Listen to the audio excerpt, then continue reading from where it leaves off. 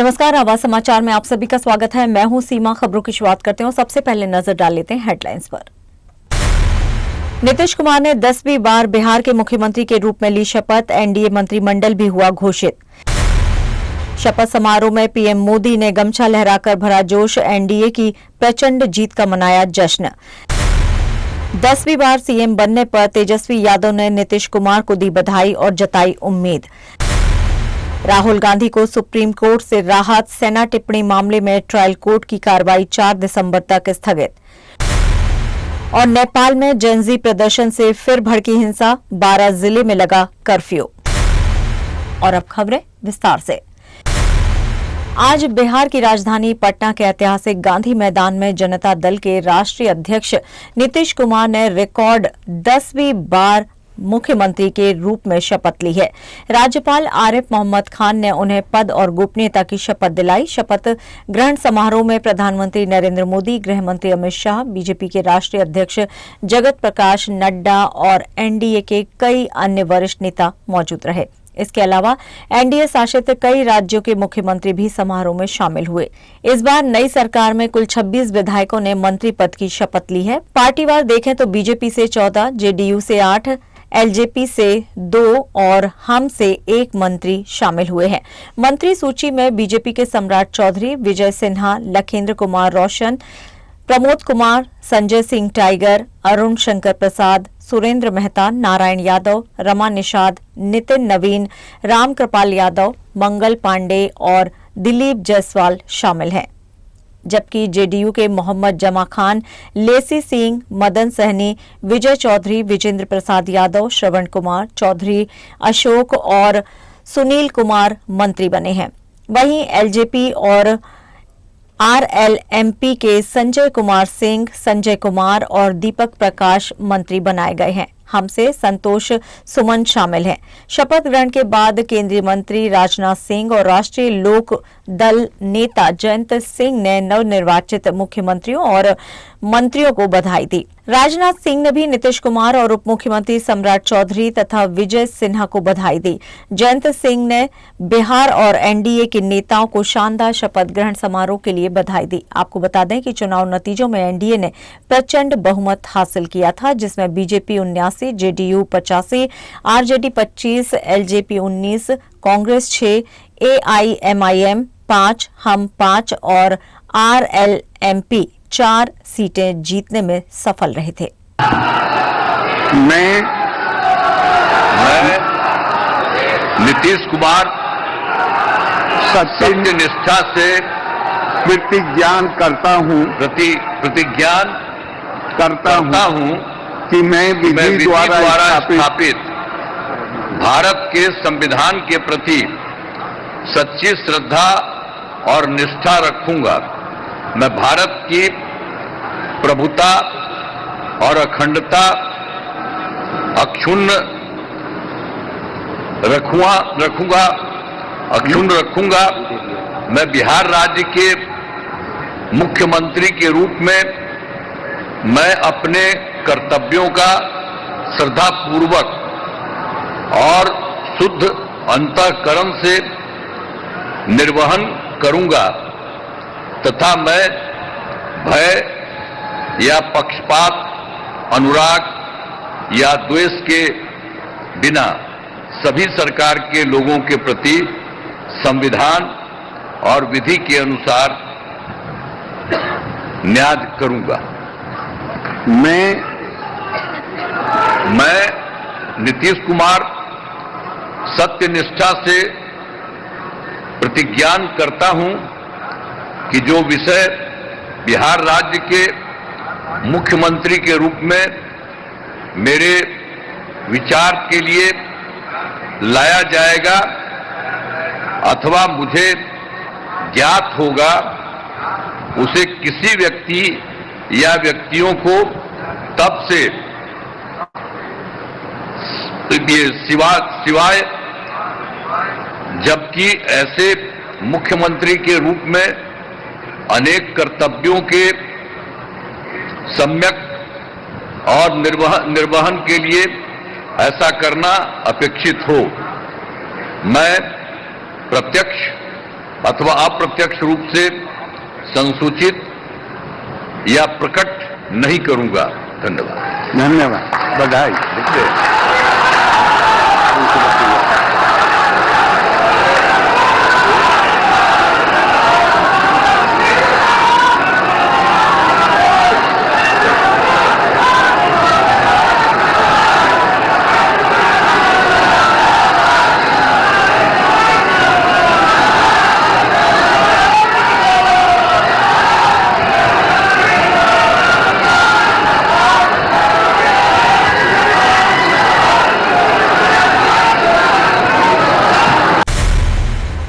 जहां आज गांधी मैदान में नीतीश कुमार ने प्रधानमंत्री पद का पदभार संभाला, वहीं दूसरी ओर प्रधानमंत्री नरेंद्र मोदी का देसी अंदाज भी देखने को मिला। इस खास मौके पर प्रधानमंत्री नरेंद्र मोदी, गृहमंत्री अमित शाह, भाजपा अध्यक्ष जेपी नड्डा और कई राज्यों के मुख्यमंत्री मौजूद रहे। मंच से मैदान तक माहौल उत्साह और जश्न भरा रहा। समारोह में शामिल लोगों ने नीतीश कुमार की नई पारी को बिहार की राजनीति का अहम क्षण बताया। शपथ ग्रहण समारोह के बाद प्रधानमंत्री नरेंद्र मोदी का देसी अंदाज एक बार फिर से नजर आया। प्रधानमंत्री ने गमछा लहराकर लोगों का अभिवादन किया, जिससे भीड़ में जोश और उत्साह की लहर दौड़ गई। मंच पर पीएम मोदी और मुख्यमंत्री नीतीश कुमार लगातार बातचीत करते और प्रचंड जीत की खुशी साझा करते दिखे। चुनाव प्रचार के दौरान भी मोदी ने नीतीश कुमार को भाई कहकर बिहार की जनता से जुड़ाव जताया था। अब दोनों नेता एक बार फिर से साथ मिलकर राज्य के विकास और जनसेवा का संकल्प लेते दिखे। नीतीश कुमार ने गांधी मैदान में 10वीं बार मुख्यमंत्री पद की शपथ लेकर नया कीर्तिमान बनाया है। शपथ ग्रहण समारोह भव्य रहा और एनडीए ने इसे शक्ति प्रदर्शन के रूप में पेश किया। एनडीए शासित सभी राज्यों के मुख्यमंत्री और उप मुख्यमंत्री इस मौके पर मौजूद रहे। इस ऐतिहासिक मौके ने बिहार की राजनीति में फिर नया अध्याय जोड़ दिया है। इसी बीच विपक्षी दल आरजेडी नेता तेजस्वी यादव की प्रतिक्रिया भी सामने आई। तेजस्वी यादव ने सोशल साइट पर लिखा, आदरणीय नीतीश कुमार जी को बिहार के मुख्यमंत्री पद की शपथ लेने पर हार्दिक बधाई। मंत्रिपरिषद के सदस्य के रूप में शपथ लेने वाले बिहार सरकार के सभी मंत्रियों को भी शुभकामनाएं। आशा है कि नई सरकार जिम्मेदारी पूर्वक लोगों की आशाओं और अपेक्षाओं पर खरा उतरेगी, अपने वादों और घोषणाओं को पूरा कर बिहार वासियों के जीवन में सकारात्मक और गुणात्मक परिवर्तन लाएगी। तेजस्वी का यह बयान शपथ ग्रहण के ठीक बाद आया। उन्होंने सरकार को सहयोगात्मक लेकिन जवाबदेह भूमिका निभाने का संकेत भी दिया। अब सभी की नजरें नई सरकार की पहली नीतिगत घोषणाओं पर टिकी हैं। सुप्रीम कोर्ट ने कांग्रेस सांसद और लोकसभा में विपक्ष के नेता राहुल गांधी को इस मामले में राहत जारी रखी है, जिसमें उन पर 2022 की भारत जोड़ो यात्रा के दौरान सेना पर कथित अपमानजनक टिप्पणी करने का आरोप लगा है। अदालत ने गुरुवार यानी कि आज कोर्ट की कार्रवाई पर लगी अंतरिम रोक को बढ़ाकर 4 दिसंबर तक कर दिया है। जस्टिस एमएम सुंदरेश और जस्टिस सतीश चंद्र शर्मा की 2 न्यायाधीशों वाली पीठ ने ये निर्णय लिया है। सुनवाई के टलने का कारण एक स्थगन पत्र बताया गया है। ये मामला राहुल गांधी की उस याचिका से जुड़ा है जिसमें उन्होंने इलाहाबाद हाईकोर्ट के 29 मई के आदेश को चुनौती दी थी। हाईकोर्ट ने उनके उस अनुरोध को खारिज कर दिया था जिसमें लखनऊ की ट्रायल कोर्ट द्वारा जारी सम्मन को रद्द करने की मांग की गई थी। सुप्रीम कोर्ट इससे पहले अगस्त में भी ट्रायल कोर्ट की आगे की कार्रवाई पर रोक लगा चुका है और यूपी सरकार व शिकायतकर्ता से जवाब मांगा था। उस सुनवाई के दौरान कोर्ट ने राहुल गांधी से चीन भारत विवाद को लेकर दिए गए बयान पर सवाल भी किए थे। वहीं राहुल गांधी की ओर से वरिष्ठ अधिवक्ता अभिषेक मनु सिंघवी ने दलील दी थी कि विपक्ष के नेता को देश के मुद्दों पर सवाल उठाने से नहीं रोका जा सकता है। उन्होंने कहा कि कानून के मुताबिक किसी भी आपराधिक शिकायत पर कार्रवाई से पहले आरोपी का पक्ष सुनना जरूरी है, जो इस मामले में नहीं हुआ। सिंघवी ने यह भी कहा कि शिकायत और आरोप निवासी नहीं है, इसलिए सम्मन जारी करने से पहले आरोपों की जांच जरूरी थी। अब इस मामले की अगली सुनवाई 4 दिसंबर को होगी। तब तक ट्रायल कोर्ट की प्रक्रिया पर रोक जारी रहेगी। आवाज समाचार में यहां लेंगे एक छोटा सा ब्रेक। आप बने रहिए हमारे साथ।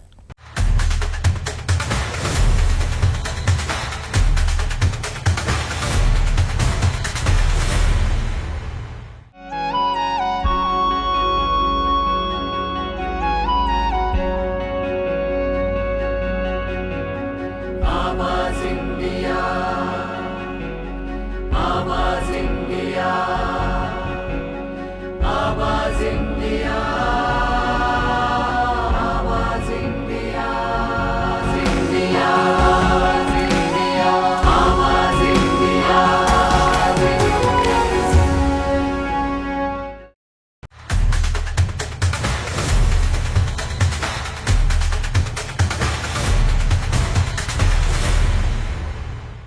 के बाद एक बार फिर से आप सभी का स्वागत है। बढ़ते हैं अपनी अगली खबर की ओर। समाजवादी पार्टी के वरिष्ठ नेता और पूर्व कैबिनेट मंत्री आजम खान और उनके बेटे अब्दुल्ला आजम को रामपुर जिला कारागार के रिकॉर्ड में औपचारिक रूप से दर्ज कर लिया गया है। जेल अधीक्षक राजेश यादव के मुताबिक आजम खान को कैदी नंबर 425 और उनके बेटे को 426 नंबर दिया गया है। दोनों को जेल में शुरुआती 10 दिनों के लिए बैरक नंबर 1 यानी कि क्वारंटीन बैरक में रखा गया है। जेल मैनुअल के तहत उन्हें भोजन और नाश्ते में दलिया, चना और चाय दी जा रही है। जेल अधिकारियों ने नए कैदियों की तरह दोनों की मेडिकल जांच भी पूरी कर ली है। स्वास्थ्य परीक्षण के बाद ही उन्हें बैरक में भेजा गया।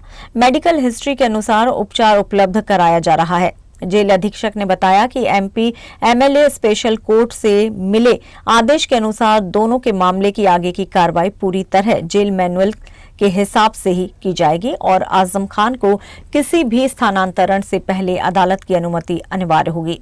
गौरतलब है कि कोर्ट ने 2 पैन कार्ड मामले में आजम खान और उनके बेटे अब्दुल्ला आजम को 7-7 साल की सजा सुनाई है। 50-50 हजार रुपए जुर्माना भी लगाया है। सजा सुनाए जाने के बाद दोनों को रामपुर जेल भेजा गया, जहां उन्हें सामान्य कैदियों की तरह रखा गया। खास बात यह है कि आजम खान केवल 55 दिन पहले और 23 महीने की कैद काटने के बाद सीतापुर जेल से रिहा हुए थे, लेकिन अब फिर सजा के चलते उन्हें वापस जेल जाना पड़ा है। देश की एकता, अखंडता और सरदार पटेल के लौह संकल्प को याद दिलाने वाली ऐतिहासिक पदयात्रा की तैयारी तेज हो गई है। भारत जनता युवा मोर्चा ने सरदार वल्लभ भाई पटेल की 150वीं जयंती पर 10 दिन की विशाल पदयात्रा का ऐलान किया है और इस बार लक्ष्य सिर्फ राजनीति नहीं बल्कि युवाओं को दिशा देना है। बीजेपी युवा मोर्चा के राष्ट्रीय अध्यक्ष तेजस्वी सूर्या ने बताया कि 26 नवंबर संविधान दिवस से लेकर 6 दिसंबर तक देश के हर जिले से 2-2 युवा सरदार पटेल के जन्मस्थल की ओर निकलेंगे, यानी कि देश की मिट्टी से उठे नौजवान भारत की एकता के संदेश को लेकर फिर से जीवित करेंगे। दावा है ये यात्रा आने वाले 25 वर्षों का भारत कैसा होगा, इसका विजन युवा पीढ़ी को देगी। संशोधन हो, उद्योग हो, नवकल्पना हो या देश सेवा, युवा ताकत को एक मंच, एक दिशा और एक मिशन देने की कोशिश होगी। मुंबई बीजेपी प्रदेश कार्यालय में आयोजित प्रेस कॉन्फ्रेंस में तेजस्वी सूर्या ने तंज कसते हुए कहा कि राजनीति में 95 बार कोशिश करने वाले कथित युवा नेता की पदयात्रा से अलग ये यात्रा पूरी तरह राष्ट्र निर्माण को समर्पित है। वहीं महाराष्ट्र के प्रभारी विक्रांत पाटिल का कहना है कि हर जिले से चुने गए युवा पहले मुंबई और नागपुर में जुटेंगे और फिर एकजुट होकर गुजरात की ओर कूच करेंगे। ये सिर्फ पैदल यात्रा नहीं बल्कि युवा शक्ति का ऐलान है। सरदार पटेल के विचारों को देश की नई पीढ़ी तक पहुंचाने का प्रयास है। सरदार पटेल जी के 150वीं जन्म जयंती के अवसर पर भारत सरकार ministry of youth affairs and sports द्वारा देश के युवाओं के बीच में देश की एकता, देश की अखंडता और विकसित भारत के संकल्प को सिद्ध करने की एक प्रण लेने के लिए सरदार एट 150 नाम का एक यूनिटी मार्च का आयोजन बहुत भव्य स्वरूप से हो रहा है। गुजरात में संविधान दिवस से शुरू होकर, दैट इज 26 नवंबर से शुरू होकर दिसंबर 6 तारीख तक 10 दिन की पदयात्रा देश के youth affairs minister Shri Mansukh Mandaviya ji के नेतृत्व में संपन्न होगा। और इस 10 दिन के यात्रा में भाग लेने के लिए भारत के हर जिले से 2 युवा देश के अलग अलग प्रदेशों से, विभाग से, जिले से बस के माध्यम से ट्रैवल करते हुए गुजरात पहुंचेंगे और इस 10 दिन के पद यात्रा में 2-2 दिन वो भाग लेंगे। महाराष्ट्र में नागपुर में और मुंबई से 2 प्रवाह में यात्रा में युवा भाग लेंगे। कल मैं नागपुर में अलग अलग युवा संगठनों से इसी यात्रा के तैयारी के संबंध से हम बैठक किए थे और आज मुंबई में भी इस यात्रा के तैयारी के दृष्टि से, इसमें यूथ पार्टिसिपेशन की दृष्टि से एक बैठक में हम भाग लिए। मुंबई में दक्षिण भारत के हर प्रदेश से युवा 2 जिले से यहां आ रहे हैं। 300 से अधिक यात्रार्थी 27 नवंबर को मुंबई पहुंचने वाले हैं। तमिलनाडु, कर्नाटका, केरला, पुदुचेरी, आंध्र प्रदेश, इन सभी प्रदेशों से 2 youths from every district of all of these states will participate by coming to Mumbai on 27th.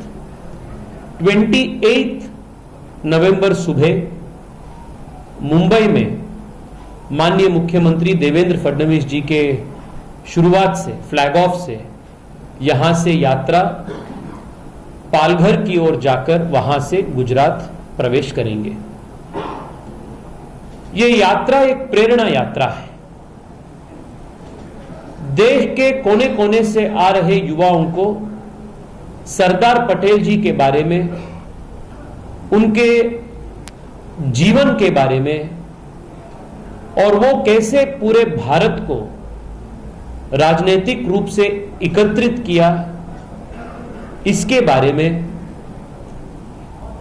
और सबसे महत्वपूर्ण चीज ये भी है कि इसमें पार्टिसिपेट कर रहे अमृत पीढ़ी, आज के देश के न्यू जनरेशन, इनको अगले 25 साल देश को हम कैसे सब मिलकर निर्माण करें, देश को एकता की सूत्र में कैसे बांधे, इन सभी विचारों में अलग अलग प्रकार के एक्टिविटीज 4 दिन इन युवाओं को मिलने वाला है।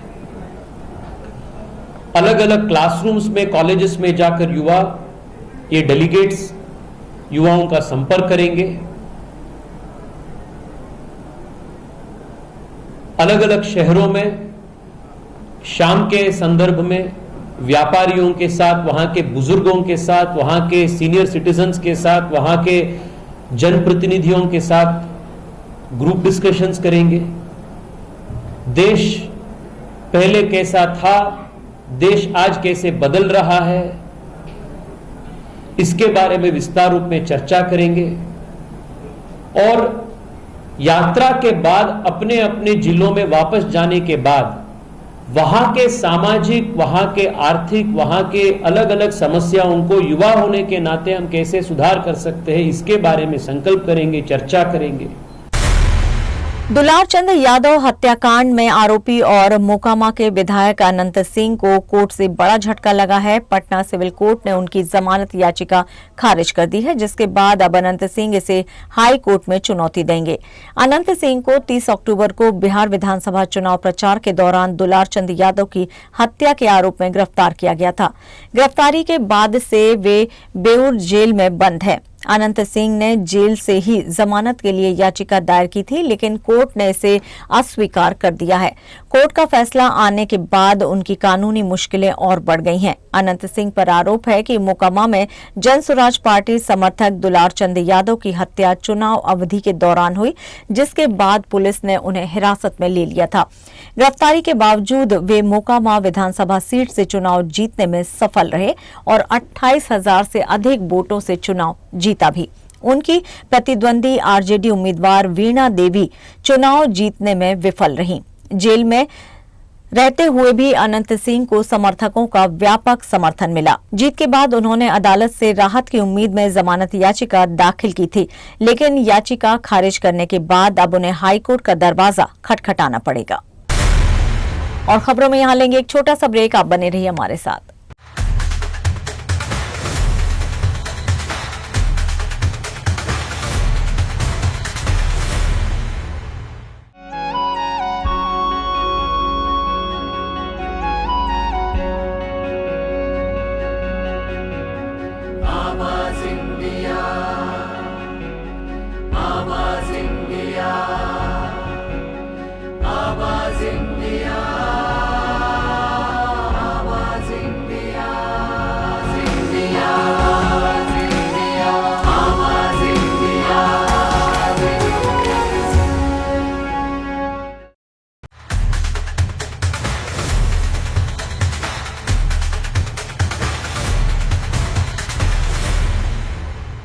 ब्रेक के बाद एक बार फिर से आप सभी का स्वागत है। बढ़ते हैं अपनी अगली खबर की ओर।